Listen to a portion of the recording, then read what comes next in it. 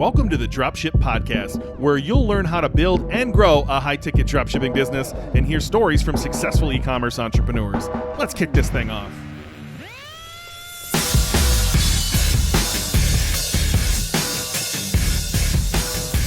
Hey, welcome to the Dropship Podcast, and today we have a fun one. I posted in our Facebook group, which if you're not a member, look up the Dropship Tribe on Facebook. Come join us in there. But I posted in there, what are some non-dropshipping questions you guys have for John and I? I listened to some other podcasts recently where they were asking some interesting questions. So we pulled quite a few of them out of there. We're going to answer a few today, and we'll kind of sprinkle the other ones out, throughout the shows as we move along the rest of the year. But you pulled some aside here, John. Where do you want to start on some of the things that were asked in that group? Yeah, look, and this should be amusing. I think one of the first ones, there's a few different ones. I was actually surprised, I've got to say, by some of the questions that were responded. I actually thought we'd get more thoughtful things, but no, clearly not. Thoughtful? You mean like the one when they asked if you ate Vegemite? That's pretty thoughtful. Yeah, and the answer, if anybody's wondering, is no, I do not. Vegemite, being an Australian speciality, is like eating a 2-year-old dirty sock that's been shoved up a camel's ass and then taken out again. It's disgusting. I don't know how anybody... What is Vegemite? I don't even know what it is. It's like a spread that you put on I don't know, toast or something like that. It looks like tar. And it's a very salty, savory flavor that adds umami to any meat or vegetable-based dish. Is that true? That's the most pleasant description I've ever heard of it. Okay. I don't think it's true. I can't touch the stuff. Some people love it. It's one of those, regional specialities that either you love or you hate. You know what I mean? All right, so is this real? Vegemite is a thick, brown, shiny paste that is made from brewer's yeast, what's left at the bottom of the barrel when beer is made. Is that real? Probably. Okay. The description of what it looks like is true. Yes, that's what it looks like. Have you ever heard of Spam? Yeah, we have Spam. I feel like Spam is our Vegemite. Is that... I would rather eat Spam than Vegemite. I'll say that. I grew up pretty poor, so we ate a lot of Spam, and I thought later in life I'm like, oh yeah, that was good as a kid. We put cheese on there and make a toast sandwich, and then I tried it like in my 20s. I'm like, this is gross, man. Spam is not good.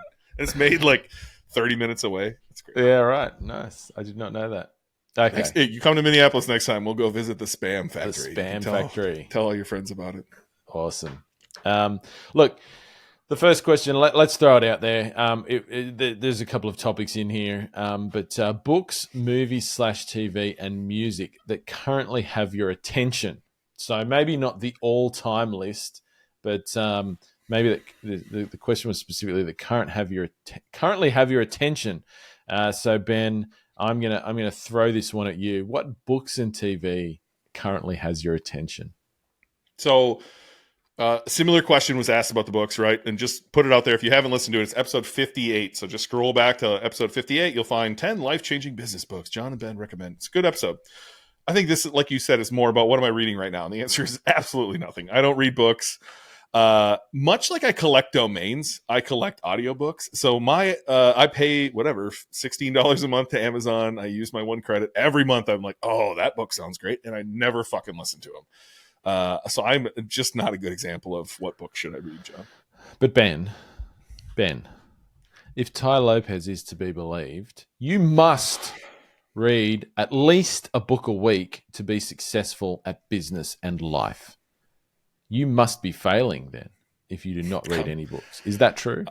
I'm way behind. I think it has to do with how my brain works. I genuinely struggle to sit and get consumed by a book. So, just thinking back to high school or even grade school, the only books I can remember reading throughout the entirety of school is in 6th grade when we had to read them as a class. And so it was Where the Red Fern Grows.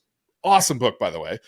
And My Side of the Mountain. 2 great books. And then I was like, man, these book things seem really cool. And then I can't seem to settle myself enough to read them. I've tried listening to audiobooks and I like some. Alex Hormozy's $100 Million Offers might be the best book I've ever listened to. And, there's a few others too, but I struggle. I just really struggle sitting down. I definitely like podcasts way more than audiobooks. I think it's because it sounds so scripted. Somebody's reading a script. Steve Chu, another e-commerce dude. He loves to like read his blog posts as podcasts. And I think those are the worst podcasts he puts out because it sounds like someone's reading a script versus like, just having a conversation. I enjoy conversations better. So I think that's my issue. Look, I'm not as rich as Ty Lopez, so I'm doing something wrong, John. Maybe it's time to rent a Lambo and start a business in my garage. Maybe it is. What about you? Are you reading books currently? Do you read books? Is that your I do. thing? I probably read a few. I don't read as many as I did at one point, for sure. And that's probably a factor of, having multiple children, time, whatnot. Not probably, prioritizing sleep a bit more, which is something I do now more than I did when I was younger. Which has nothing to do with age, to be honest. It's just I wish I had have done it earlier, to be frank. The power and the benefits of sleep and its importance for your overall health and mindset and how quickly and accurately your mind works is something I wish I knew about earlier. So I'd rather sleep, to be honest, than watch TV or read books, quite frankly. The benefits of that far outweigh what I'm going to hear regurgitated in a marketing book that is just a rehash of the last 57 marketing books that were released over the last 20 years. I do read some books, though, but they don't tend to be in the marketing space. So one I would definitely recommend that I read fairly recently to anybody, because it's applicable to anybody. It's not a business book. It's a book called Outlive by Dr. Peter Attia. If people listen to Tim Ferriss or the Huberman Lab or anything like that, they will have heard probably of Peter Attia. He has his own podcast called The Drive, I believe, which is good as well. But the Outlive book, which is a book about primarily health span and lifespan, is fantastic. He is somebody who probably the person I have heard most effectively explain matters in that realm, health. He's an MD. He's a doctor. He has a practice over there in the US. I've never heard somebody explain the science and the concepts around health span, lifespan, as well as him. It's probably why people like Huberman and stuff get him on their show to talk about these things, because he's very good at that. So I would recommend anybody goes and reads that. To me, the notion, like, I don't know. I mean, this is once again straying into the realms of personal views. Like, to me, there's an inconsistency for people, entrepreneurs, getting into this space and saying, "Oh, I want to build great businesses and I want to make a lot of money," and then at the same time living a life that means you're going to die before you get to enjoy any of that. Like, what the fuck is the point? If you're in business and you're not prioritizing your mental or physical health, then you're automatically cutting your potential significantly. And I'm not saying that to pretend that I am the healthiest person or the fittest person or whatever on the planet. I'm definitely not, but it's something I do prioritize now. And I think that has a definite impact on how I am in business on the day-to-day. And so that's those kind of topics is something that I probably prioritize more now than actually going and reading books about marketing. Hey, remember Holly? Yeah, episode 212. From $0 to $500,000 in 5 months. Holly is one of our best students, and you can hop on a call with her right now at dropshipbreakthru.com/call. If you're listening to this, I know you're thinking about starting your own high-ticket dropshipping business, and what better person to speak to than Holly, who is a shining example of what can be done starting your own business. So hop on a call with Holly, see if joining Dropship Breakthru is right for you. dropshipbreakthru.com/call. Or like the things that people would expect you or I to say we read books about are not the things that I generally read books about. I did in the past when I was going through the learning phase, and I think we've talked about this on this podcast a bit before, is you go through phases, I think, as an entrepreneur. You do go through a phase, particularly early on, where you need to learn a lot of stuff because you don't know anything. You don't know how to do anything. And so you have to consume things to get that baseline of knowledge that you need to go out and do the things you need to do in your business. But you also do get to a point where you're a bit maxed out there. And it's a realm of the law of diminishing returns applies to this. And the reason for that is because a lot of marketing books out there are not actually really going over new ground, right? So any of Russell Brunson's books, for example, using a name that a lot of people know, like Traffic Secrets and all of that sort of stuff, none of that's actually new, right? And I would say that Russell would probably say that himself, because all he's done is kind of modernize stuff that he's learnt from people who are marketers, years ago in the early 90s, 80s, 70s, 60s. It's the concepts are all the same because human psychology is pretty much the same, right? It doesn't really change. So I think once you have consumed a lot of content in that space, you do get to start to the point where you read something, you're like, I know I've heard that before. I know that's already in my head. And yes, you're putting a bit of a spin on it. You're putting a bit of a fresh spin on it and that sort of thing. But like, the value isn't the same to me. So there's very few books in that sort of business and marketing space that I can think of reading in more recent times or starting to read or reading the synopsis of where I'm like, oh, that's actually wildly new. Like I need to read that, right? I come across that a lot less. A couple of things I would recommend people do though, like to kind of help you find things that you might actually be, because there's nothing worse than starting to read a book, getting partway in and going, oh, this is actually just not what I need, or, like investing time into it. There's a couple of apps, Blinkist and I think the other one's called Headway. I was just going to ask you, have you tried those? Yeah, I have. I got my phone right here. I will tell Tom you. Bilyeu pushes Blinkist all the time, and it sounds very interesting. It sounds like what I want, right? Yeah. I want the bullet points, and I've had ChatGPT help me with this too, and they're pretty good. There's also every book that's out there. You can just Google this, right, and somebody will give you the cliff notes. But tell me about Blinkist. Yeah, well, it's essentially, I think Blinkist was the first of these sort of apps. There's now more than one, so you can kind of look around and see if there's one you like better. But I certainly use that, like, I want to say 2 or 3 years ago. I started using that one. And basically they get books, just books that you can go out and buy, popular books, in different categories. And you can go in and check out the book, and they will give you 7 pages of what they've pulled out, the key insights, the main themes, the dot points, the big ticket things of learnings from that book, and put them into a very short format that is very easily digestible. And you can use that to either just pull out the main points. But for me, I also find it helpful to help me understand if I should read a book. Should I go and commit the hours of time it's going to take me to read that 500-page book? If I read the dot points and I'm like, because I don't think the dot points and the synopsis can give you everything either, necessarily. But what it helps me understand is, should I actually commit any time to that book, or is it just another book that's really just rehashing a familiar concept that I don't really need that? So I think those apps can be very helpful in like drilling down to, what are the things that you actually should pay attention to? Because, it's a commitment of time, and your time is very precious. So spending, 20 hours with your head in a big book is a massive waste of time if you're not coming away from that with something actionable. And I'm talking about nonfiction here, not fiction, but if you're coming away from a nonfiction book without actionable things that you can actually implement to improve your life, your business, your relationships, your mindset, then you just wasted 20 hours of time.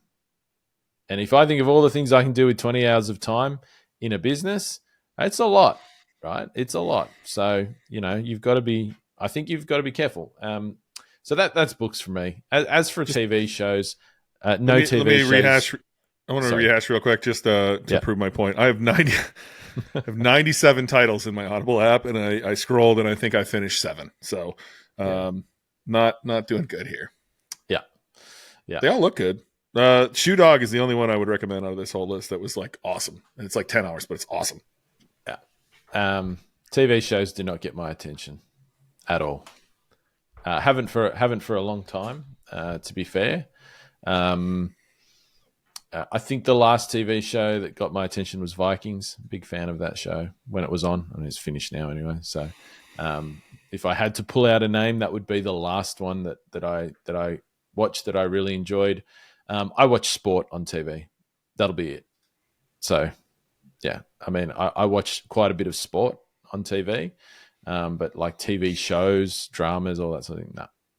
Not even slightly interested. Once again, because it boils down to me, like, yes, I think you need time away from, like business. Like you do need time to do something to like kind of relax, decompress, whatever it might be. But I mean, to me, that's not it for me. I just think most TV shows fucking suck.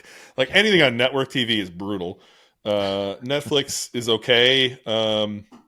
The last thing I remember is probably Game of Thrones or Shameless or something like that. And even then, I gave up on Shameless early. And then just, I don't know, man. Something happened during COVID. I used to watch a little more TV and definitely more sports. And I don't watch anything. I watch the Minnesota Twins, and like even then, I'm working on something or playing with my kids while it's on TV, or just it's kind of background stuff. I definitely don't miss much, if I'm honest with you, because I'm a junkie. But like beyond that, it's kind of turned into YouTube for me. Like the Y Files on YouTube is something I enjoy watching. Some baseball content. The infographics show or channel or something like that, just like current events, and not even current events. That doesn't make sense either, because I don't want to watch the news. I don't care about that. I just don't have time for it anymore. Maybe that's like what happens with kids, or like we definitely should do an episode on like what do we do with our time, John? Because I don't think it has to like, it's not like business. Your whole life is just business. But it's also like I can't shut it off, and I don't know why anybody would want to. Just when I do shut it off, I want to spend time with my wife or spend time with my kids or go golfing or something like that. Like it's not where I choose to relax is not, 10 years ago it was on the PlayStation playing Call of Duty. 5 years ago it might have been watching Netflix or something like that, or more sports than I do now. And it's just kind of shifted as life has moved on to where priorities change. And honestly, I kind of look back and I'm like, what the fuck did I do with all those hours watching some dumb TV show? Like it just doesn't do it for me anymore. And I don't look back fondly on those times either, I guess. No, I mean, you're not, yeah. I mean, like, and I don't say any of this to suggest that if people do things differently to John or Ben, you're doing the wrong thing, right? This is all very personal stuff. Like, so don't, please, if you're listening in and you're thinking, we might be shitting on what you do. That's not what we're trying to do here. I'm not one of those people who goes out and makes broad blanket statements just to be controversial online, like a lot of other gurus and entrepreneurs out there. But yeah, to me, like, I mean, yeah, I watch TV and I just get really bored. Like TV shows, I just find them very boring, honestly. It doesn't, I don't find it engages me anymore. Like I say, when I was younger, different for sure. I probably did watch a lot more, and I probably could have rattled off 5 or 6 answers to that question. But yeah, to me, I just feel, I don't feel engaged. I don't feel bored. Yeah, I don't have memories of doing that. Like, you don't look back at your life and say, wow, I'm really glad I spent 5,077 hours staring at a TV screen. Like, I mean, that's the reality. That is not going to be what you think about. I'm going to share this too. So if you're on video, if you're on YouTube or Spotify, you'll see this. Get one of these posters, man. It's 4kweeks.com/product/poster. Or just search, weeks in your life poster. It'll come up guaranteed. And it's just like, when you see how fucking short your life is, and I don't think I knew this in my 20s, right? In my 20s, and I've said this before on the show, like, I thought the Grim Reaper was back there, but that I was kind of pulling away from him, if I'm honest with you. Like, yeah, fuck you, man. You're never going to catch me. I definitely felt invincible. And now at 39, it's just like, I don't know where it clicked, if it was my first kid or just like really realizing that the average lifespan of a male in America is like 75, right? I'm past the halfway point. And it just clicked. Oh, like, oh shit, no one gets out of here alive. Like, what am I doing with my time? And that really made me kind of readjust, watching movies, watching TV, books could probably be thrown in there too. It's just like, I want to spend every single minute of my life doing something I want to do, not something I have to do, or something, FOMO related, right? If I hear, oh my God, are you watching this TV show? I genuinely just don't give a shit. No, I like, if you said to, like, I think I go back to the sleep thing as well. Like, yeah, I could probably stay up for a couple of extra hours every night watching TV or movies or, yeah, playing video games, all of which are things that I used to do a lot, maybe in my 20s, early 30s, possibly still then. But quite literally, like I trade that in for sleep any day of the week. Like seriously, with consistent sleep to a certain number of hours, which is what you need, is personal. Yes, when you need to go to sleep is personal too, based on your chronotype and all that sort of thing. But like, if I miss that, if I miss even an hour of or two at the max consistently over a week, like my mood is worse. Like, and other things stay the same. Diet, exercise stays the same. My mood is worse. I can't focus. Like, and the differences in these things is stark. I can't think properly. I'm not as good with my kids. I'm probably not as good with my wife. And that's just on sleep. So why the fuck would I trade that to watch an hour of some TV show that is not enhancing my life in any way? Like, it's just not. Like, I can't come in to run my business the next day and make good decisions, good, fast decisions constantly. And like, at this point in time, we've got a whole number of business opportunities and things that we're doing and trying to grow and whatnot. You've got to make good, clear decisions fast, which is something I work very fast, right? So, like, the benefits of being able to do that for my life, for my family, are significantly more than like sitting and watching TV, like, which has, like, yes, it might help you relax or whatever, but like carrying that the next day is you're not gonna come into your business and go, well, fuck, I watched another episode of Shameless and now I'm gonna make this fantastic decision in my business because I got some great insight. No, it's adding zero value to your life in past the actual activity is what I mean. So for me, that trade-off is it's just not there. And I think that's why TV for me just doesn't factor in. Well, let's move to the fun part of the question, the music, right? What are you listening to nowadays, John? I'm 39. I've turned into my parents. I've stuck in my era. I do like some new stuff, but most new stuff honestly kind of sounds like shit, like that South Park episode where it's just like like literally. But there is some decent stuff out there, and my variety is wild. I'm happy to open up iTunes and read a couple names. You'd be like, what? But what are you listening to nowadays? Yeah, look, I will say, I mean, since most people who have listened to us both know that we're probably have caught on that, you know, you listen to the intro to this podcast. We are, you know, both heavy metal fans, music wise, and that's something that's been the case for me from a very young age, and has continued as a consistent theme to today. Like, I think we're a little bit different in that I do listen to some of the stuff I used to listen to, like old stuff, but I listen to a lot of new stuff that's like coming out today in the metal space, and I love doing that actually. But I do listen to a wide variety as well, so I don't just listen to metal. I listen to a lot of things like psychedelic electronic music, Sybient, Psytrance, all that sort of stuff. I mean, you know, other things about John. I know what those words are, man. John's big into hallucinogens, and so I listen to music that goes along well with those things, right? And have done since once again I was into that stuff before it was cool and being studied at UCLA or where the fuck ever it is, and now it's all you can go to your therapist and take mushrooms, like whatever. I've got a bit of an older history with that sort of stuff than that, but so yeah, I listen to classical music sometimes, particularly when I'm working. Like, I listen to a lot of different stuff, but primarily, I mean, if you ask me what I'm a metalhead for sure. I mean, you can probably tell that by looking at me. That's what I love. That was sort of my first love in the music world, and it still is. So, but yeah, I listen to older stuff, new stuff. I listen to everything. About the only bit of the metal world that I cannot stand, there are two bits of it. It's one, it's like prog metal, like Dream Theater. Fucking hate that shit. And like black metal, like, you know, Scandinavian black metal is just a level a bit too far for me. But everything else is pretty much fair game. I listen to literally everything, new stuff, old stuff. I could rattle off like 100 bands names I probably listen to, but that's Yeah, I'm definitely stuck in the old era, like my era of music. Right when I came up, to answer another question that I think is on this list, I was in a metal band. Right, I had dreadlocks. We had our own band, Headshot.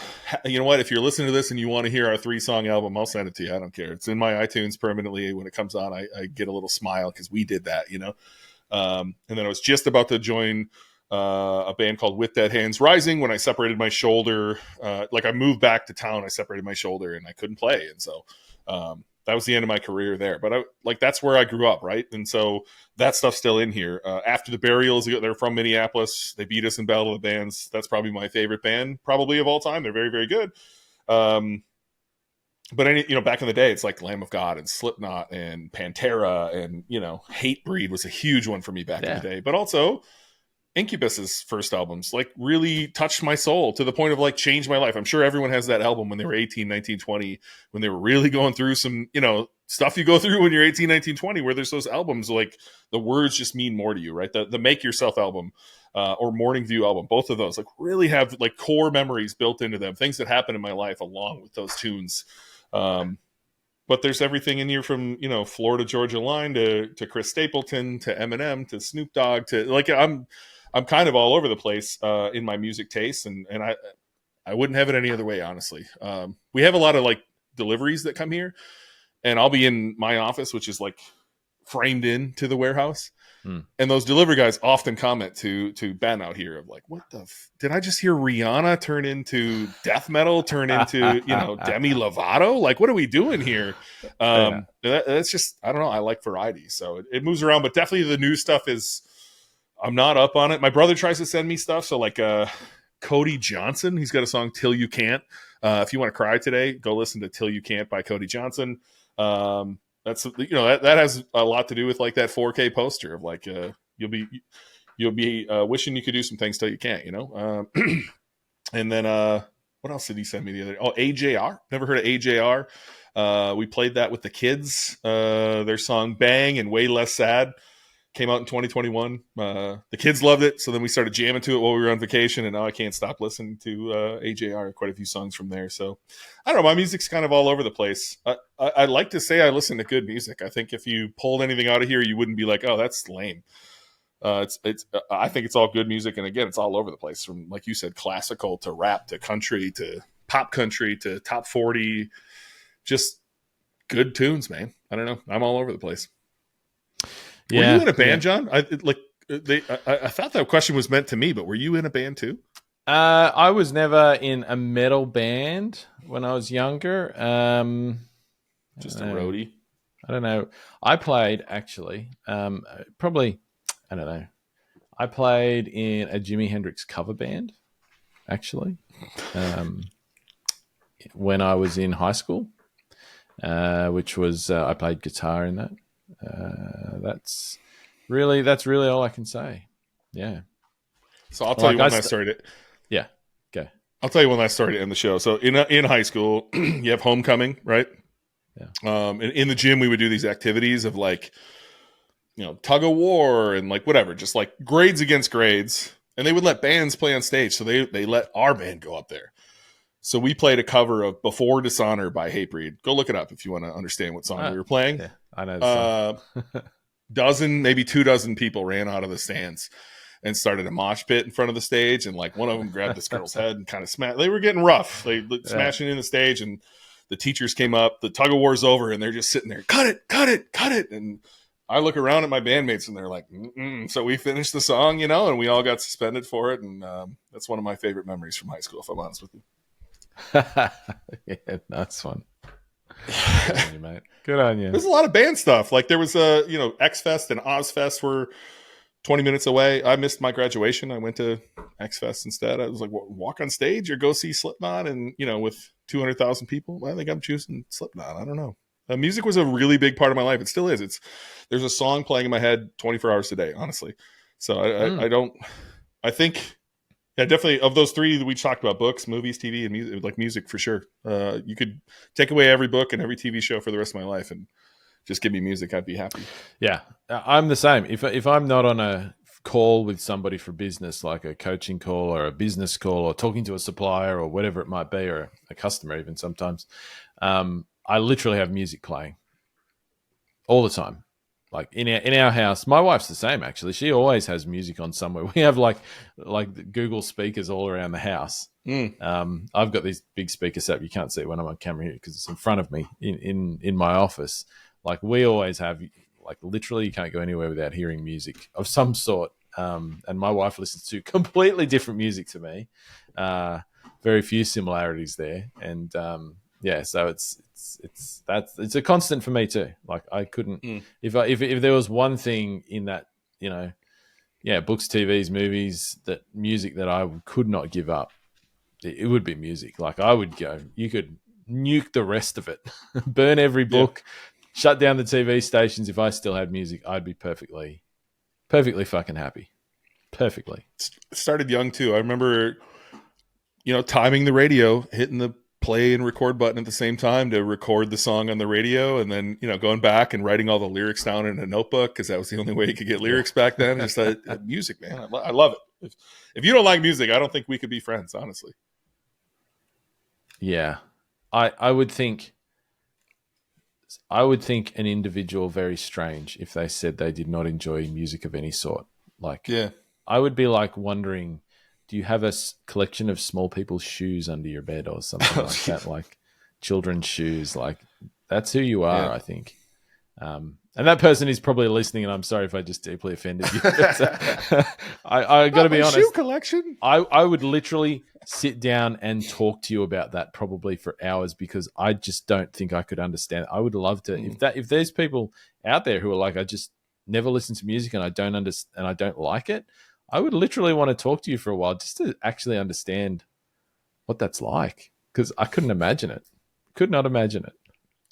Well, this episode was very outside the scope of dropshipping, which John and I kind of like to do sometimes. It's good for our souls. This was more fun for us, right? When we can be off the cuff and talk about things. So if you like this type of episode, come into the Dropship Tribe Facebook group and let us know. Say, hey, that was fun. Here's some more questions I have for you two weirdos who clearly think about life very differently than the average person. So, let us know if you like this one. Comment on Spotify, comment on YouTube, comment on our Facebook group, and we'll do more of them if you like it. Thanks for listening to the Dropship Podcast. You can find all the show notes for this episode at dropshippodcast.com. And if you're ready to take the next step in your dropshipping journey, we invite you to join us inside Dropship Breakthru, where John and I will walk you through step by step in starting your own high-ticket dropshipping e-commerce business. But that's not all. Dropship Breakthru will also teach you everything you'll need to know to grow your business and take it to the next level. So head over to dropshipbreakthru.com and sign up for our free training that will help you take the first steps towards building and growing your own profitable high-ticket dropshipping business.